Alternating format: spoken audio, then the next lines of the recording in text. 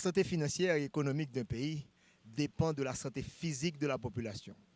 Le ministère de la Santé publique publie chaque année un rapport, un bulletin sur la situation de santé, l'accès aux soins à travers le pays, et également les maladies les plus fréquentes, surtout ce qui se passe au niveau des accidents, pour justifier également le financement nécessaire au niveau de ce secteur. Écoutons les acteurs du ministère nous présenter ce bulletin. Monsieur le ministre de la Santé publique et de la Population, Monsieur le directeur général, Monsieur l'ambassadeur de Taïwan, représentant adjoint de l'OPS, chers partenaires techniques et financiers, cadres du ministère, en haut grade, titre et qualité. Un plaisir d'être ici pour partager avec vous les données de l'année 2023 que nous avons eues dans le pays à travers le CISNU. Donc, nous allons suivre le plan que voici. Comme c'est annoncé, ça va être un tandem entre l'UEP et la DELR. Une mise en contexte, population et groupe cible, profil épidémiologique, accès aux soins, couverture des services pour l'année 2023. Donc, la couverture des prestations de services essentiels permet de mettre en lumière l'étendue des services offerts tout en évaluant la charge de morbidité liée aux principales pathologies et phénomènes sous surveillance dans le pays. Donc, il y a une organisation des services mise en place, des ressources qui ont été mises pour nous permettre de produire des services. L'information statistique qu'on va vous présenter provient d'où? Il y a 3 piliers dans le CISNU. La surveillance épidémiologique avec des données issues des fiches de notification, maladies et phénomènes sous surveillance qui permettent de détecter rapidement lorsqu'il y a des épidémies dans le pays.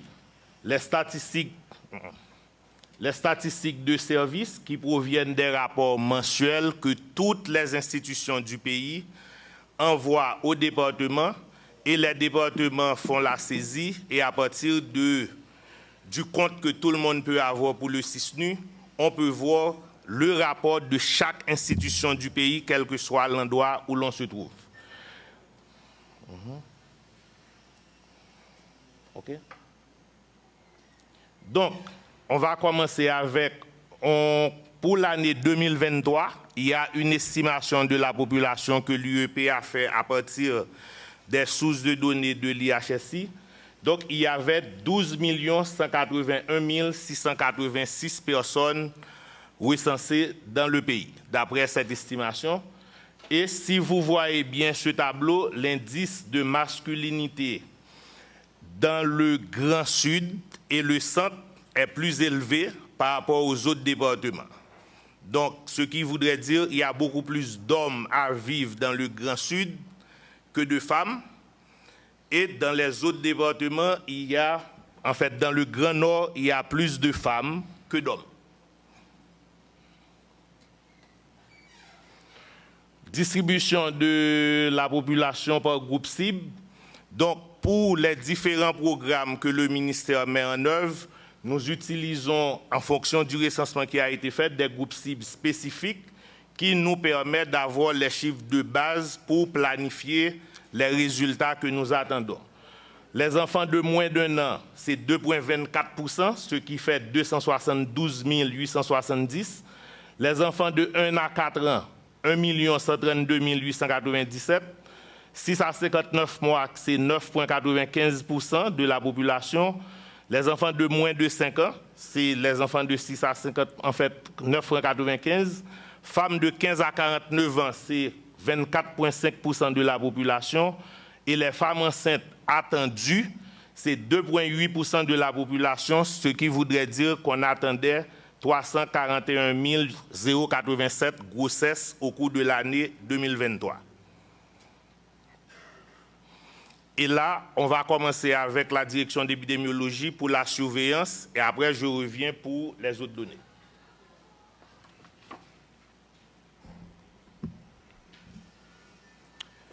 Monsieur le ministre de la Santé publique et de la Population, Monsieur le directeur général du ministère de la Santé publique et de la Population, Mesdames, Messieurs les directeurs centraux des différentes directions du ministère de la Santé publique et de la Population, chers partenaires techniques et financiers, chers invités, Mesdames, Messieurs.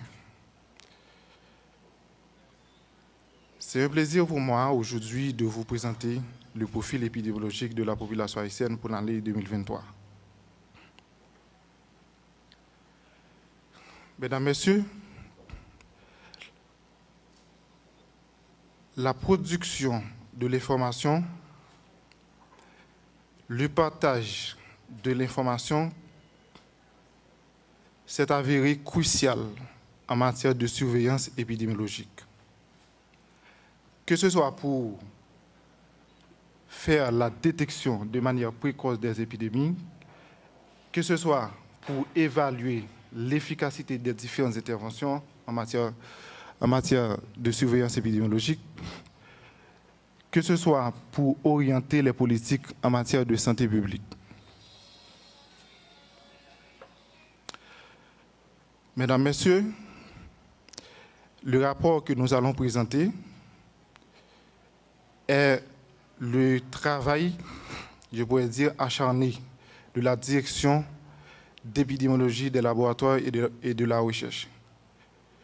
Ceci traduit en fait notre effort et notre engagement à produire, à fournir des informations nécessaires pour la prise de décision et pour pouvoir également orienter les politiques publiques.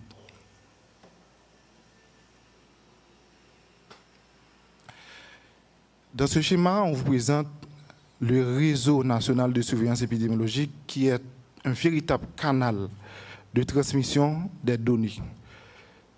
Il explique comment, d'où proviennent nos données. Notre réseau national de surveillance épidémiologique est formé de 3 niveaux. Au premier niveau, il y a les institutions sanitaires. Au deuxième niveau, il y a les directions sanitaires départementales. Et au troisième niveau, il y a la direction d'épidémiologie des laboratoires et de la recherche. Maintenant, en termes de responsabilité, au niveau institutionnel, nous plaçons des OSE, des officiers de surveillance épidémiologique, au niveau des institutions, et ils sont en fait responsables de la compilation, de la saisie et du rapportage des données. Maintenant, via un système de rapportage informatisé, une fois que les données soient rapportées, elles sont immédiatement disponibles sur notre système. C'est à ce moment-là que, au deuxième niveau, c'est-à-dire les directions sanitaires départementales ont pu en fait vérifier ces données, puis valider, et puis analyser ces données pour avoir des informations concernant la situation épidémiologique qui concerne son département, ou bien leur département. Et en haut de la pyramide, il y a la direction d'épidémiologie des laboratoires et de la recherche, qui doit en fait vérifier les données, puis valider. Et puis, en cas où il y a un changement à faire de concert avec les différentes directions sanitaires départementales, elle peut conduire des activités pour pouvoir améliorer ces données. Ensuite, nous analysons ces données pour pouvoir produire des informations que nous venons de parler.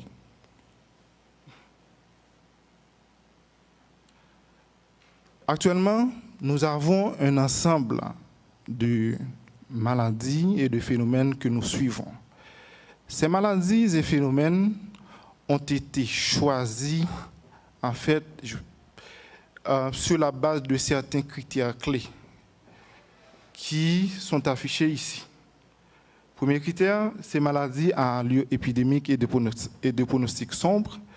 Deuxième critère, c'est si une maladie est à déclaration obligatoire au niveau international, selon les règlements sanitaires internationaux. Donc cette maladie-là, elle doit être mise sous surveillance épidémiologique dans n'importe quel pays. Ensuite, on a les maladies qui sont déjà éradiquées ou en voie d'éradication ou d'élimination. Donc ces maladies-là méritent d'être surveillées. Comme dernier critère, s'il y a une maladie qui a un intérêt très particulier dans notre système de surveillance ou bien dans notre système de santé, donc cette maladie-là doit être mise sous surveillance épidémiologique.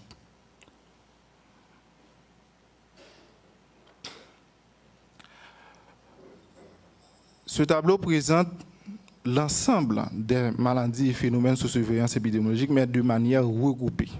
Parce qu'après avoir choisi sur la base de ces critères que je viens de citer, il faut en fait regrouper ces maladies pour pouvoir mieux surveiller. Et nous avons actuellement 3 strates de maladies. Les maladies à déclaration immédiate, je ne vais pas citer, les maladies à déclaration hebdomadaire, les maladies à déclaration mensuelle. Ces différentes strates de maladies se différencient les unes des autres, c'est en fonction, je pourrais dire, des interventions beaucoup plus rapides que l'une exige que d'autres. Par exemple, les maladies à déclaration immédiate exigent des interventions beaucoup plus rapides que les maladies et phénomènes à déclaration hebdomadaire. Et aussi, les maladies à déclaration hebdomadaire exigent des interventions beaucoup plus rapides que les maladies à déclaration mensuelle. Maintenant, nous avons ce premier tableau qui présente la couverture de l'information épidémiologique. Vous pouvez voir avec moi dans ce tableau que sur 1084 institutions qui fonctionnent dans le pays, actuellement nous avons, bon pas actuellement, ce rapport c'est pour 2023, en 2023 nous avons eu 737 institutions qui participent activement à la surveillance épidémiologique, c'est-à-dire qui rapportent des données dans notre système de surveillance épidémiologique. Ce qui nous fait en fait un taux de couverture de l'information de 68%. Et nous pouvons remarquer, bon, il faut attirer votre attention également sur le fait que nous avons certains départements tels que le département de la Grande-Anse, le département des Nippes, le département du Nord-Est, qui affichent un taux de couverture de 100%. Cependant, il y a le département de l'Artibonite, le département de l'Ouest et le département du Sud-Est qui affichent des taux relativement faibles. Et vous pouvez remarquer que l'Ouest affiche un taux de couverture de l'information inférieur à 50%.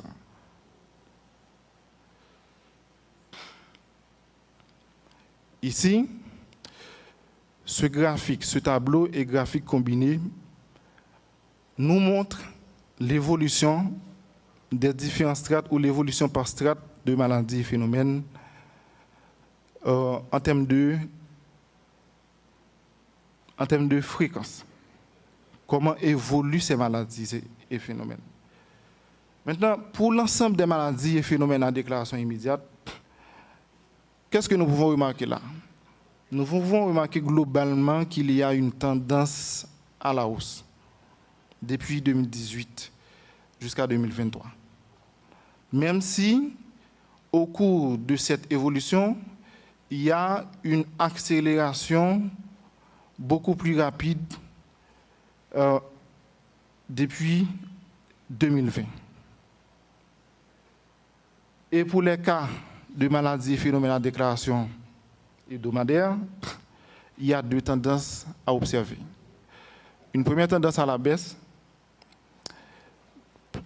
sur la période de 2018 à 2020 et une tendance à la hausse sur la période de 2020 à 2023. Et pour les cas de maladies et phénomènes à déclaration mensuelle, nous pouvons remarquer également deux tendances. Une tendance maintenant, cette fois-ci, c'est une tendance à la hausse pour la période de 2018 à 2020 et une tendance à la baisse sur la période de 2020 à 2023. Globalement, l'ensemble des maladies et phénomènes sous surveillance en Haïti présente deux tendances sur cette période, c'est-à-dire sur la période de 2018 à 2023. Une tendance à la baisse que nous pouvons remarquer, nous pouvons observer de 2018 à 2020 et une tendance à la hausse sur la période de 2020 à 2023. Maintenant, nous pouvons en fait faire toute petite analyse. Puisque nous avons la COVID-19 qui était apparue en 2020, en fait, nous pouvons poser comme hypothèse que l'apparition de la COVID-19 représente en fait un choc qui modifie l'évolution ou le comportement de l'ensemble des maladies et phénomènes sous surveillance en Haïti. Ici, nous avons ce graphique qui montre le rang des maladies, l'ensemble des maladies et phénomènes à déclaration obligatoire dans le pays. Moi-même, je vais en fait m'éterniser sur les 10 premiers maladies et phénomènes que nous pouvons considérer comme principal responsable de la morbidité dans le pays. Il s'agit de l'infection respiratoire aiguë, fièvre typhoïde suspect, auto et fièvre à investiguer, diarrhée aiguë aqueuse, hypertension artérielle, choléra suspect, infection sexuellement transmissible, accident de la voie publique, diabète et la malnutrition. Ce sont ces 10 pathologies que nous pouvons considérer en 2003 comme principales responsables de la charge de morbidité dans le pays. Maintenant, il faut dire que notre système de surveillance épidémiologique en Haïti s'organise de manière à ce que l'on a cette capacité d'intégrer d'autres maladies en cas de besoin. Et il y a certaines maladies qui nécessitent beaucoup plus d'attention que d'autres. C'est pourquoi, dans notre système de surveillance épidémiologique, pour ces maladies, on a des sous-systèmes de surveillance qui s'occupent de ces maladies. C'est le cas des maladies évitables par la vaccination. C'est le cas du choléra, c'est le cas de la COVID-19. Maintenant, on va vous présenter les résultats de la surveillance épidémiologique pour les maladies évitables par la vaccination. Nous avons en premier lieu rubéole et rougeole-rubéole. Maintenant, ce tableau présente le nombre de cas suspects et le taux de détection pour l'année 2023 pour rubéole, rougeole-rubéole. En 2023, nous avons en fait attendu 244 cas et nous avons pu détecter 276, ce qui est un bon point pour la surveillance des maladies évitables par la vaccination. Cependant, pour les autres indicateurs, on peut faire une autre lecture. Parmi les cas détectés en 2023, 74% ont eu une investigation dans les 48 heures. Quand nous savons la gravité que représentent ces maladies dans le pays, donc ça mérite en fait de porter une attention particulière. Et puis c'est beaucoup plus faible que le taux attendu. Maintenant, parmi les cas investigués, 77% ont eu un échantillon adéquat. C'est encore inférieur au pourcentage, au taux attendu. Parmi les échantillons qui ont été prélevés, seulement 17% ont été reçus au laboratoire national de santé publique. Et 43% des spécimens reçus au laboratoire national ont eu un résultat dans les 4 jours suivant la réception.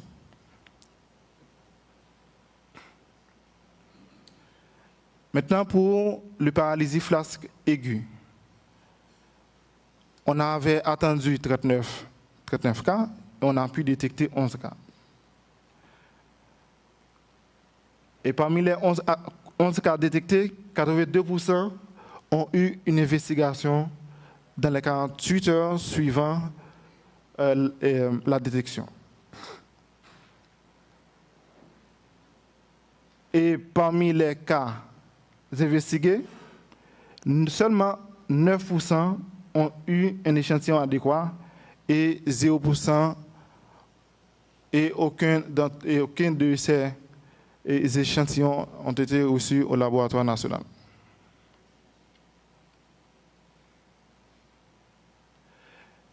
Maintenant, ce graphique combiné nous montre comment évolue la diphtérie en Haïti. On peut remarquer avec moi qu'en 2018, nous avons eu un pic. Et après 2018, il y a une tendance à la baisse. Bien sûr, il y a en fait des fluctuations. Ce qui montre que jusqu'à présent, la diphtérie comme maladie ne peut pas être considérée comme contrôlée. C'est-à-dire qu'on ne contrôle pas la diphtérie en Haïti. On ne contrôle pas encore la diphtérie en Haïti. Et pour l'année 2023, le taux de létalité représentait 33,3% et le taux de positivité 5,3%.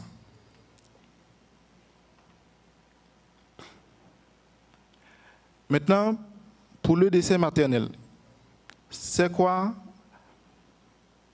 la situation en fait en Haïti? Comment est la situation en Haïti?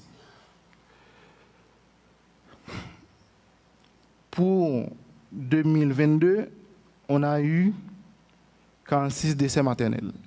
Et en 2023, on a eu 57 décès. Ce qui fait une augmentation de 24%. Mais, même si nous avons observé une augmentation des décès de 24%, il y a eu des départements, comme vous pouvez remarquer, où le cas s'est avéré critique.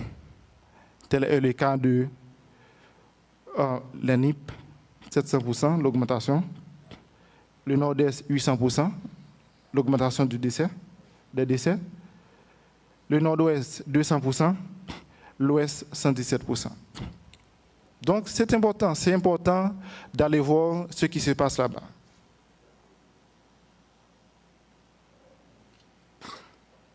Maintenant, nous allons présenter les résultats de la surveillance pour le choléra. Pour le choléra, en 2023, nous avons eu 52 639 cas suspects, et parmi lesquels 2653 ont été testés. Et parmi les tests réalisés, parmi les cas testés, 878 ont été testés positifs, ce qui nous fait un taux de positivité de 34,4%. et nous avons enregistré 595 décès en 2023 pour le choléra. Et pour le taux de positivité, il y a certains départements dont ce taux paraît relativement élevé. Tel est le cas de la Grande-Anse, 90%, le taux de positivité. Le Nord, 71%, le Nord-Est, 95%. Cependant, bon, il y a l'Ouest qui a un faible taux de positivité de 13,5% et Sud, 11,1%. Mais il faut faire beaucoup d'attention quand il s'agit du taux de positivité, parce que le taux de positivité est affecté par le nombre de cas testés. OK? Maintenant, on va présenter les résultats de la surveillance de la COVID-19. Pour la COVID-19 en 2023, nous avons eu 11 799 cas testés, prélèvements. Tous ces prélèvements, tous ces spécimens ont été testés au laboratoire national, bon, et aussi aux laboratoires régionaux. Et parmi les 11 799 cas testés pour COVID-19, on a eu 602 cas confirmés. Ce qui nous fait jusqu'à présent, bon, c'est en 2023, 5,1%, un taux de positivité de 5,1% et un taux de dépistage de 9,7% si nous considérons l'ensemble de la population.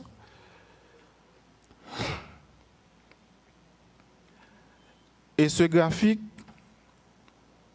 nous montre comment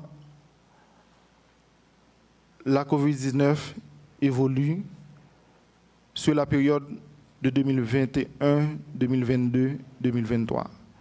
Maintenant, c'est évident de remarquer qu'on est en situation de baisse. Il y a une nette baisse pour la COVID-19 sur la période de 2021 à 2023. Même si on a pu remarquer que le taux de positivité reste relativement élevé. Mais comme je le disais tout à l'heure, pour le taux de positivité, il faut faire beaucoup d'attention quand nous savons que les gens ne vont plus tester ou les gens ont une réticence quand il s'agit de se faire tester. Maintenant, pour la surveillance étiologique, c'est-à-dire en ce qui concerne le laboratoire national, nous avons au total, pour le laboratoire national, 29 311 spécimens reçus au niveau du laboratoire national.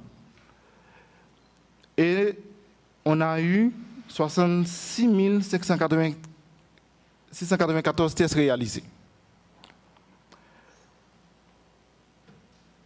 Et parmi les tests réalisés, 5 632 ont été testés positifs, ce qui nous fait un taux de positivité de 8,5% de manière globale. Et au cours de cette année, il y a 298 tests qui étaient en cours. Merci, c'est tout pour la présentation du profil épidémiologique de la population haïtienne pour l'année 2023. Merci.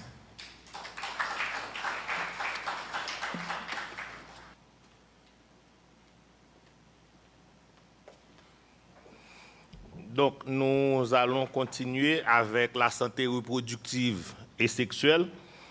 Donc, la répartition des utilisateurs de planification familiale dans le pays, si vous regardez bien ces chiffres et ce tableau, il y a pour le planning, il y a des méthodes à longue durée et des méthodes qui sont faites de façon rapide que lorsqu'on prend pilule injectable Mais regardez bien là où on utilise beaucoup le plus les implants dans le pays, c'est dans le département du centre, la Grand'Anse, ce sont CED et le Sud, il y a une tendance à l'utilisation des méthodes de longue durée dans ces trois départements. Et les autres départements, il y a une préférence pour pilules injectables et le condom comme méthode de contraception utilisée. On avance. Si on suit, on voit que maintenant, il y a une tendance à la hausse, parce qu'en 2022, on était descendu à 19% par rapport aux chiffres qu'on a, et là, maintenant, il y a une remontée à 22%, par rapport à l'utilisation de la planification familiale dans le pays. Couverture des premières, troisième et quatrième visites. Disons, il y a les deux slides qui viennent vont nous permettre de faire un constat par rapport aux normes utilisées par la DSF pour les consultations prénatales. Si vous regardez bien, il y a 2,8% de femmes enceintes attendues, soit 341 087. 62% par rapport à ce chiffre, ont fait leur première visite. 27,4% sont arrivés parce que les normes préconisent qu'il faut 4 visites lorsqu'une femme est enceinte. Il faut 4 visites prénatales. Vous allez voir, on a des problèmes dans le système pour pouvoir atteindre la 3e et la 4e visite, qui sont très faibles à 27,4 et 21,8%. Mais vous allez comprendre pourquoi avec le slide qui s'en vient. Le slide qui s'en vient, si on regarde bien, on constate que les femmes haïtiennes font leur première consultation quand ils sont enceintes à partir du 4e mois de grossesse. Donc, pour pouvoir respecter la norme, ça veut dire étaler les 4 visites, elles devraient toutes faire leur première consultation dans la tranche 0,3 mois. Malheureusement, quand on regarde 4-6 mois et 7-9 mois, il y a près de 67% des femmes, 73% des femmes, 67 qui font leur première consultation entre 4 et 9 mois. Ça veut dire qu'il y a, en fait, le programme de la direction de la santé de la famille doit faire des séances de sensibilisation pour mieux conscientiser les femmes, pour qu'elles puissent faire leur première consultation si on veut améliorer ce chiffre par rapport à la 3e et 4e visite, qui est la norme qu'on souhaite dans le but d'éviter qu'il y ait des décès maternels, parce que si les femmes arrivent à respecter, ils peuvent arriver à un plan de naissance et planifier ceci. Donc, le nombre total d'accouchements repérés par le système au cours de l'année 2023, c'est 184 071, mais en fait, une petite victoire pour le système parce qu'on voit qu'il y a une tendance à la hausse des accouchements institutionnels où 75,6% des accouchements repérés ont été faits dans les institutions de santé et 24,4% étaient non institutionnels. Donc ça, c'est une graphe qui nous montre l'évolution par rapport aux chiffres pour les accouchements institutionnels. Donc, il y avait une baisse en 2022, c'était à 69,9. Là, il y a une tendance à la hausse, on a eu 75,6. Donc, on doit continuer à encourager les femmes à accoucher dans nos institutions. Les décès maternels institutionnels. Donc, là, vous allez voir, au cours de la surveillance, en fait, vous avez pu voir que la surveillance n'a capté que 54 accouchements qui ont été rapportés par les différents départements dans le système de surveillance. Mais lorsqu'on va dans les chiffres rapportés sur les décès, il y a eu 280 décès maternels institutionnels sur les 139 179 accouchements, ce qui nous amène à un taux de mortalité maternelle hospitalière pour 100 000 à 201,2. Donc, c'est énorme parce que si la femme arrive au niveau d'une institution, on doit pouvoir avoir tous les intrants et le personnel nécessaire pour pouvoir éviter ces décès maternels. Mais on comprend aussi, dans les explications qui se donnent, les femmes arrivent trop tard, le plus souvent, en fait, par rapport au respect des 3 délais. On avance. Donc, il y avait des efforts qui étaient en train d'être faits. Si on prend de 2019 jusqu'à 2022, il y avait une tendance à la baisse. Mais là, quoique on a moins de décès par rapport à 2019, mais la courbe est en train de remonter par rapport aux décès institutionnels pour les accouchements. Répartition des visites postnatales selon la période et par département. Dans les 139 179 accouchements qu'il y a eu, il y a 63 000 qui ont eu des consultations postnatales dans les 6 heures qui ont suivi leur accouchement, 27 830 dans les 7 heures à 6 jours et entre 7 et 42 jours, 28 264. Donc les consultations postnatales, donc c'est 85,9% des femmes qui ont accouché qui ont pu bénéficier d'une consultation postnatale dans le système. On avance. Maintenant, on a les agents de santé sur le terrain qui doivent faire des visites domiciliaires.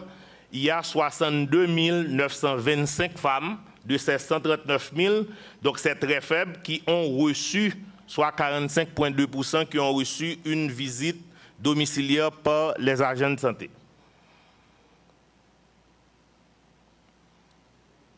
Évolution de la proportion de femmes ayant bénéficié d'une consultation postnatale. Là, vous pouvez suivre cette évolution de 2019 à 2023. On a une tendance à la hausse, mais par rapport aux agents de santé, quoi qu'il y ait pour les visites domiciliaires, une petite remontée, mais ça reste faible, c'est 45,2% des femmes qui reçoivent ces visites des agents de santé. Maintenant, répartition des femmes bénéficiaires d'une inspection visuelle à l'acide acétique. Donc, on sait dans le cadre pour pouvoir dépister le cancer du col, ceci est utilisé. Et là, on voit qu'il y a des départements, la Grande-Anse, les NIP, le Nord-Est et le Sud-Est, qui ne rapportent pas du tout ces informations pour le pays. Et ce qu'on doit voir aussi, c'est le lien qui existe et que quand les départements rapportent ou ne rapportent pas, entre le dépistage et la prise en charge qui peut être faite.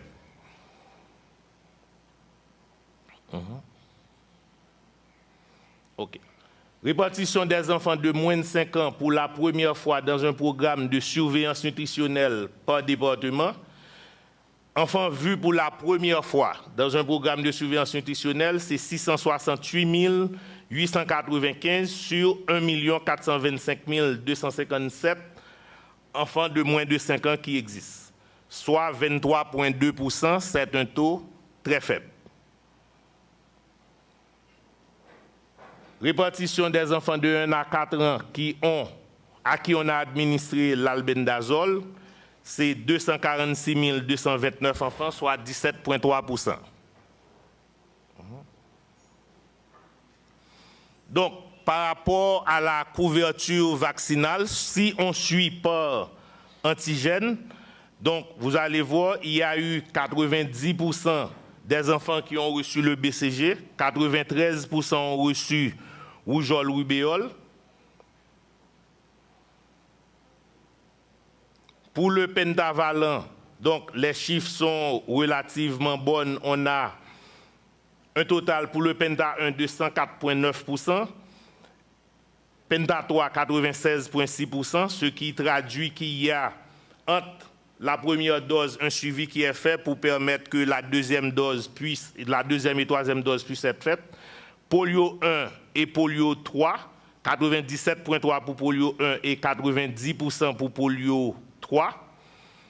Donc, il y a une déperdition entre ceux qui reçoivent la première dose et ceux qui reçoivent la troisième dose, parce que ça devait être une cohorte qu'on doit suivre.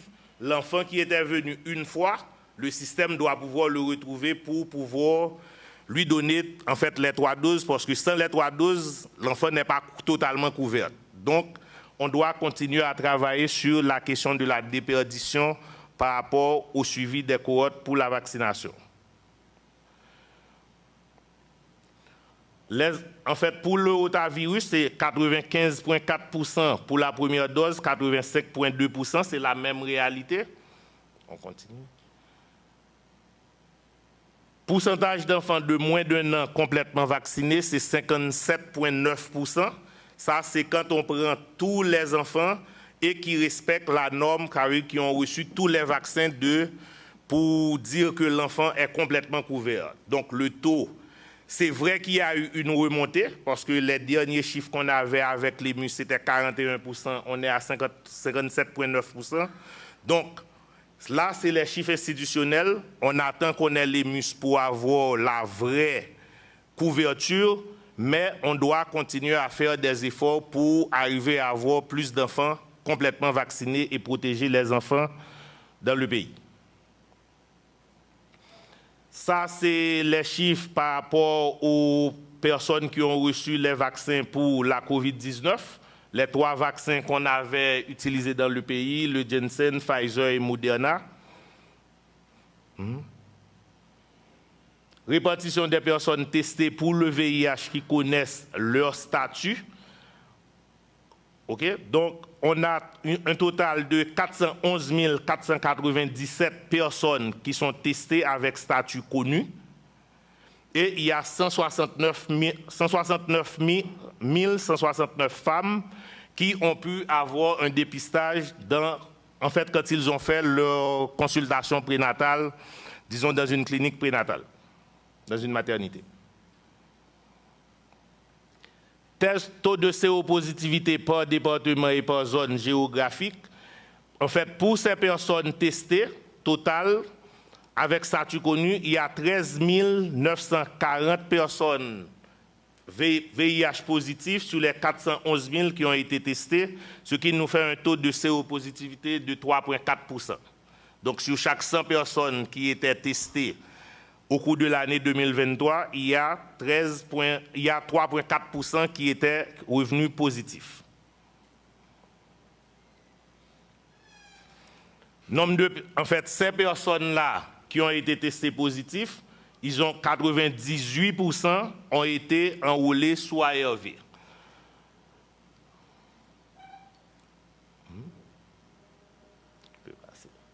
Ok, ça c'est les chiffres globaux qui ont été présentés au cours de la cérémonie du 1er décembre pour le VIH, où on a tous les indicateurs qui sont listés, qui sont captés par le système.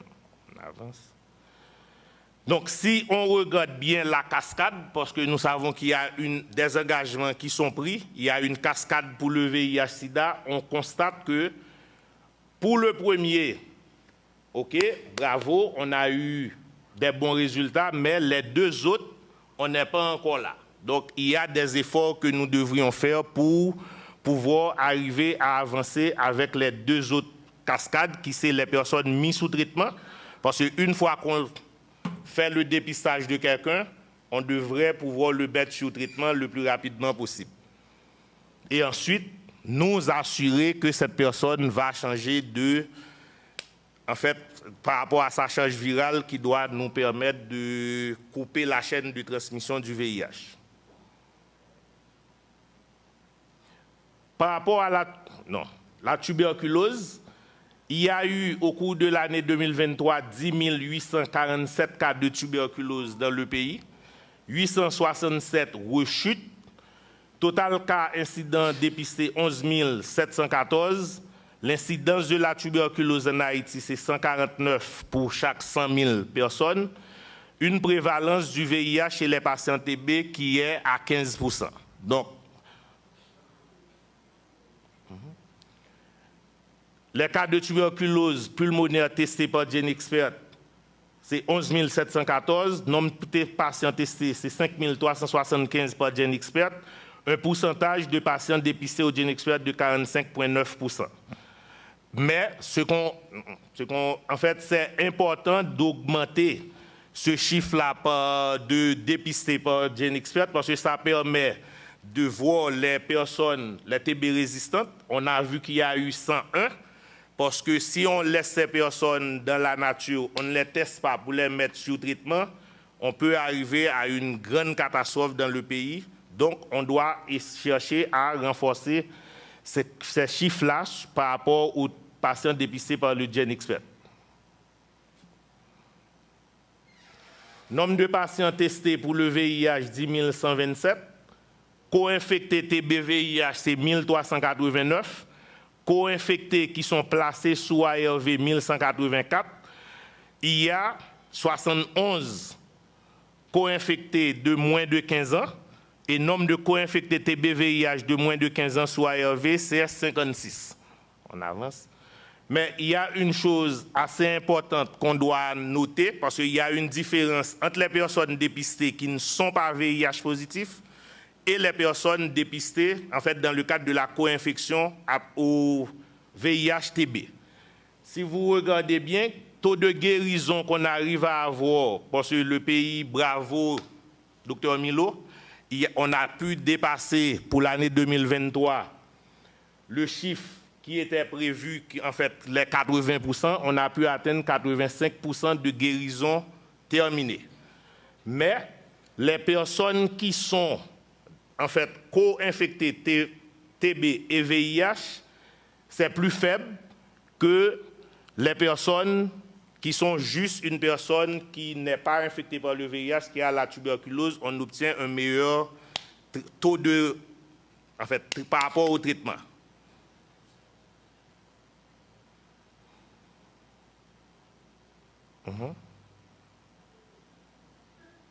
Pour la sécurité transfusionnelle, on avance. Donc, il y a eu 25 854 personnes qui se sont présentées pour le don de sang, 6 218 de dons déférés et les pochettes prélevées étaient de 19 636. Parce que, comme vous savez, quand les personnes se présentent pour faire le don du sang, ce n'est pas toutes les personnes qui vont pouvoir donner des pochettes qui peuvent être utilisées par le système. Il y a un screening qui est fait pour voir les personnes qui sont à haut risque et ces personnes, on ne fait pas le prélèvement pour eux. Donc, ce qui nous amène sur les 25 000 personnes qui se sont présentées, il y a 19 000 qui ont pu donner. On avance. Maintenant, sur les 19 000 pochettes prélevées, si on regarde la répartition, il y a 3 151 de donneurs volontaires. Là, il y a toute une campagne qu'on doit faire pour encourager les gens à donner le sang dans le pays. Parce qu'il y a 16 485, c'est les donneurs familiaux. Parce que quand on fait une demande, eh bien, pour qu'on puisse vous donner le sang, on vous dit qu'il faut apporter 2-3 personnes, 2 personnes pour chaque pochette. Donc, c'est à travers cette stratégie qu'on est arrivé à avoir ces 16 485 personnes. Mais les donateurs volontaires pour le sang, il n'y a eu que 3 151 dans tout le pays. Donc, il y a une grande campagne de sensibilisation que nous devrions faire pour pouvoir augmenter la quantité de sang qu'on peut recevoir. Maintenant, lorsqu'on teste les 19 636 pochettes qui ont été prélevées, il y a 1% qui étaient infectés au VIH de ces pochettes, donc qui ne peuvent pas être utilisées, 2,9% infectés par l'hépatite B, 0,7% par l'hépatite C, pochettes infectées par la syphilis 2,4%, pochettes infectées par HTL 1 ou 2, 0,6%.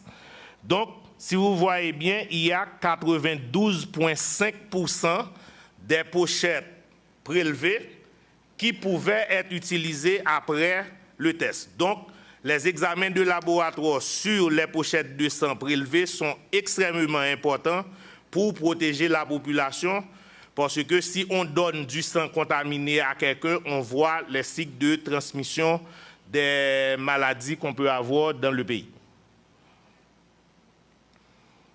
Donc, il y a les demandes produites pour les enfants, c'est 1946 pochettes. Sur les 1946 pochettes produites pour des enfants, il y a 1636, soit 84% qui ont été honorés par le système.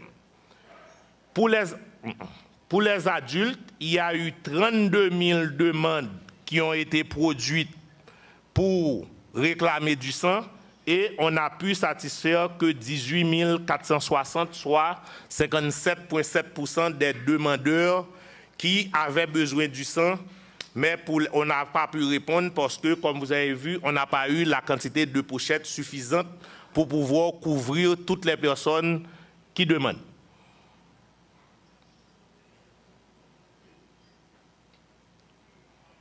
Tu peux aller. OK? Maintenant, nombre de tests rapides et microscopiques réalisés pour des tests par département sanitaire. Là, on est pour la malaria, 23 541 tests microscopiques et les tests rapides qui ont été utilisés, c'est 59 001. 3,5% des tests microscopiques sont revenus positifs et 8,8% des tests rapides sont revenus positifs. Mais si vous regardez bien par rapport aux chiffres, vous allez voir, en fait, là où c'est le plus utilisé, c'est le Sud et la Grand'Anse qui sont également les deux départements où on a beaucoup plus de problèmes avec la malaria dans le pays pour le moment. Donc, total de cas confirmés. Justement, si vous voyez bien, la Grand'Anse, il y a eu 7 252 cas de malaria confirmés. Le département du Sud, 5 131. Et après, pour le Nord-Est, il n'y a eu que 2 cas confirmés de malaria au cours de l'année 2023. Donc, il y a une concentration des efforts qui doivent être mis sur le Sud et la Grand'Anse si on veut vraiment arriver à l'élimination de la malaria dans le pays. Mais, comme vous voyez bien, il y a toujours des cas dans tous les autres départements, donc les efforts doivent être soutenus aussi afin qu'on arrive à 0 cas dans tous les autres départements si on veut parler de l'élimination de la malaria dans le pays. Malaria, en fait, ça c'est par département, et vous voyez, là où on a le pic, c'est la Grand'Anse, 8,7, le Sud, 4,6, les NIP, 3,5, donc une concentration dans le Grand Sud pour le virus, en fait, pour la malaria.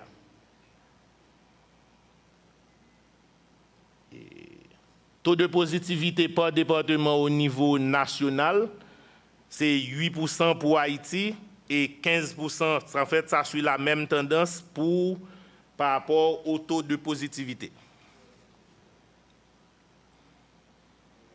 Maintenant, quand on regarde le taux de positivité de la malaria de 2019 à 2023, donc on pouvait dire qu'on était tout proche de dire qu'on va intensifier la lutte en 2021.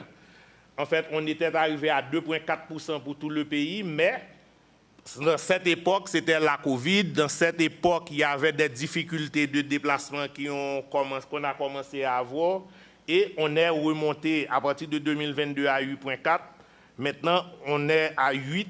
On espère qu'on continue à descendre pour revenir au taux qu'on était en 2021 et continuer à travailler vers l'élimination.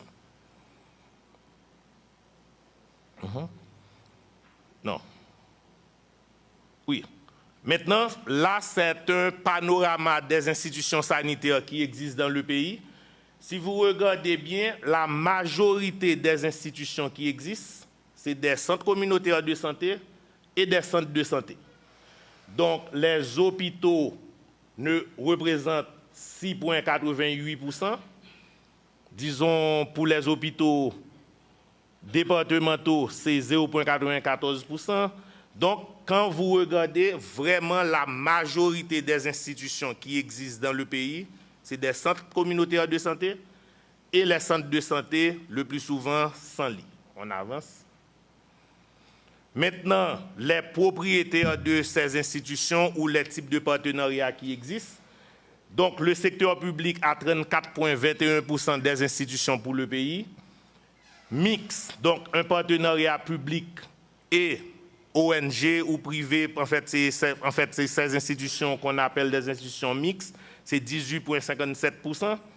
Privé à but lucratif, c'est 29,69% des institutions de santé du pays. et privé sans but lucratif 17,53%.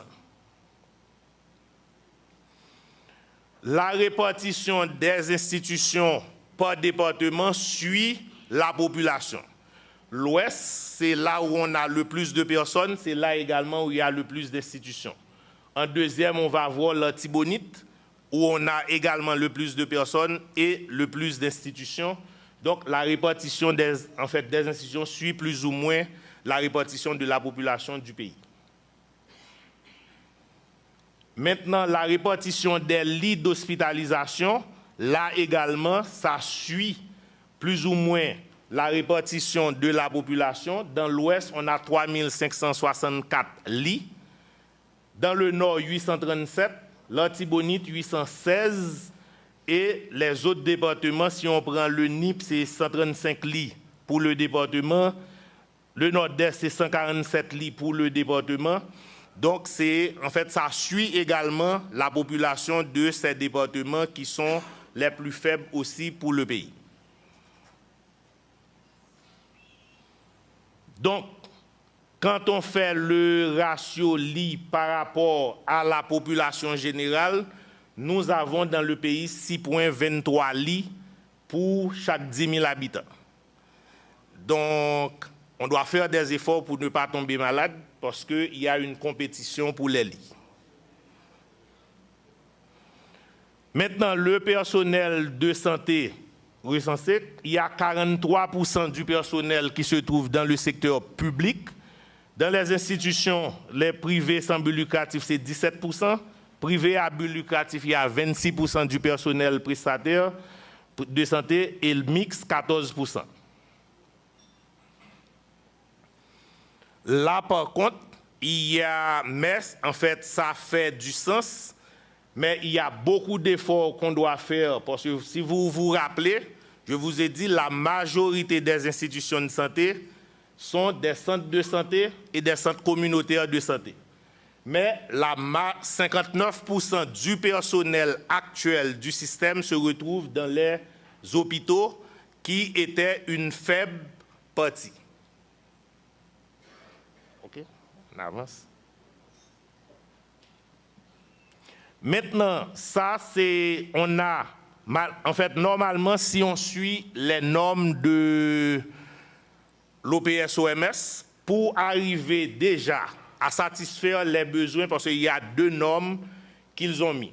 Si on fait le choix de couvrir la santé maternelle infantile uniquement, à ce moment-là, il faut 25 personnels pour chaque 10 000 habitants.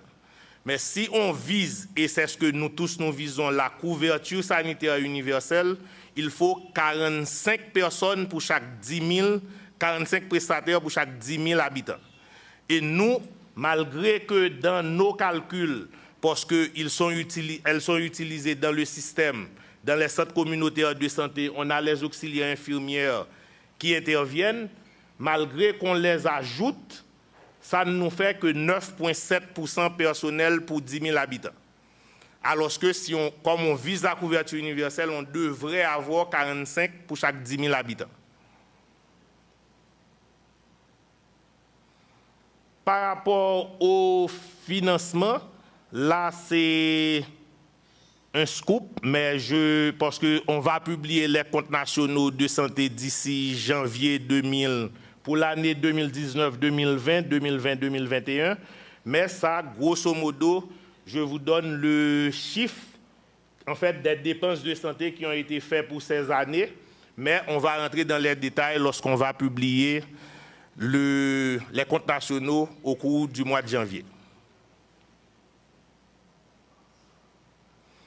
Donc, toutes ces données qui ont été présentées, si vous voyez bien, il y a beaucoup d'efforts qui sont faits par la DELR, l'UEP, pour arriver à une remontée des informations.